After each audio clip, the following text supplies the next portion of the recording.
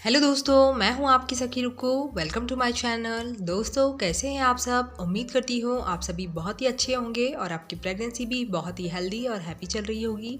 दोस्तों, जैसे ही आप कंसीव करते हैं आपके अंदर एक नन्ही सी जान पलने लगती है, लेकिन आपको उसकी फीलिंग, उसका एहसास तब होता है जब वो हलचल करने लगता है। गर्भ में शिशु जब हलचल करता है तब आपको पता होता है कि आपका शिशु बिल्कुल ठीक है। लेकिन कभी कभी शिशु की हलचल बहुत ही कम महसूस होती है या फिर होती ही नहीं है।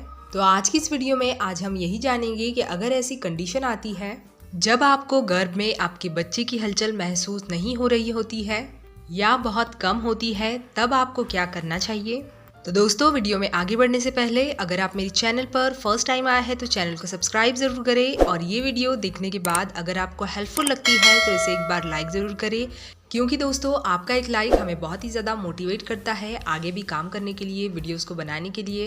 तो लाइक और सब्सक्राइब करना बिल्कुल भी ना भूलें। तो चलिए बढ़ते हैं वीडियो की तरफ। दोस्तों, प्रेग्नेंट होने के 4 से 5 महीने बाद आपको आपके बच्चे के मूवमेंट फील होना शुरू हो सकती है और ये मूवमेंट्स आपको दिन में कई बार और ख़ास तौर पर जब आप रिलैक्स हो, लेटी हुई हो, तब आपको ज़्यादा फील हो सकती है। जब आप आराम कर रही होती है तब आपको आपके बच्चे की मूवमेंट अच्छी तरीके से समझ आती है और जब आप काम कर रही होती है तब आपको इतनी मूवमेंट समझ नहीं आती। लेकिन फिर भी आप इस बात को ध्यान रखने की कोशिश करें कि आपका बेबी कितनी बार घूम रहा है, क्योंकि इससे आपकी बेबी के ठीक होने का पता चलता है। यानी कि आपका बेबी सही है, आपको इससे ये पता चलता है। कभी कभी ऐसा भी हो सकता है कि आपको आपके बच्चे की मूवमेंट फील ना हो या फिर कम महसूस हो। तो ऐसा कई कारणों की वजह से हो सकता है। तो आइए जानते हैं उन कारणों के बारे में। तो जानते हैं कि किन रीजंस की वजह से आपको आपके बच्चे की हलचल कम महसूस होती है या फिर नहीं होती है।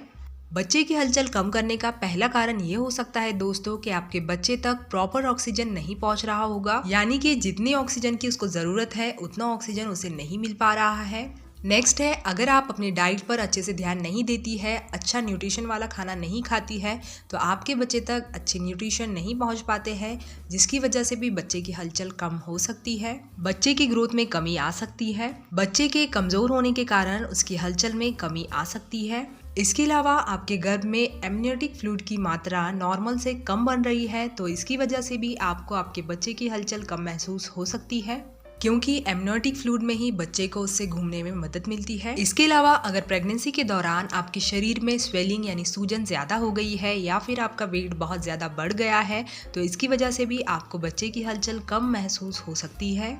इसके अलावा बच्चे की हलचल कम होने का कारण ये भी हो सकता है कि बच्चे के दिमाग का विकास सही से ना होना या फिर प्लेजेंटा का सही से विकसित ना होना। इस कारण की वजह से भी बच्चा कभी कभी कम हलचल करता है। तो अगर आपको भी प्रेगनेंसी के दौरान बच्चे की हलचल कम महसूस हो रही है या फिर नहीं हो रही है, तो आपको एकदम से घबराना नहीं है, आपको कुछ चीजों का ध्यान रखना है। तो सबसे पहली चीज, अगर आपने बहुत लंबे समय से कुछ नहीं खाया है तो आपको क्या करना है, कुछ खा लेना है, क्योंकि हो सकता है आपको इस वजह से भी बच्चे की हलचल कम महसूस हो रही हो। अगर आपको कुछ देर से बच्चे की हलचल महसूस नहीं हो रही है तो आप शांत होकर एक करवट पर लेट जाए और कोशिश करें कि आप लेफ्ट करवट लेकर सोए, क्योंकि इस तरह से सोने की वजह से आपका ब्लड सर्कुलेशन अच्छे से होता है और बच्चा अच्छे से हलचल कर पाता है। अगर आपको बच्चे की हलचल कम महसूस हो रही है तो आप उस समय पर कुछ मीठा या फिर ठंडा खा सकती है या फिर पी सकती है। हो सकता है इससे आपको आपकी बेबी की जो हलचल है वो फील हो। इसके अलावा अगर आप कुछ समय से ट्रैवल में हो या फिर बिजी हो तो इसकी वजह से भी आपको बच्चे की हलचल कम महसूस हो सकती है। तो इसके लिए आप कुछ देर के लिए आराम कीजिए और आपके बच्चे की मूवमेंट को चेक कीजिए।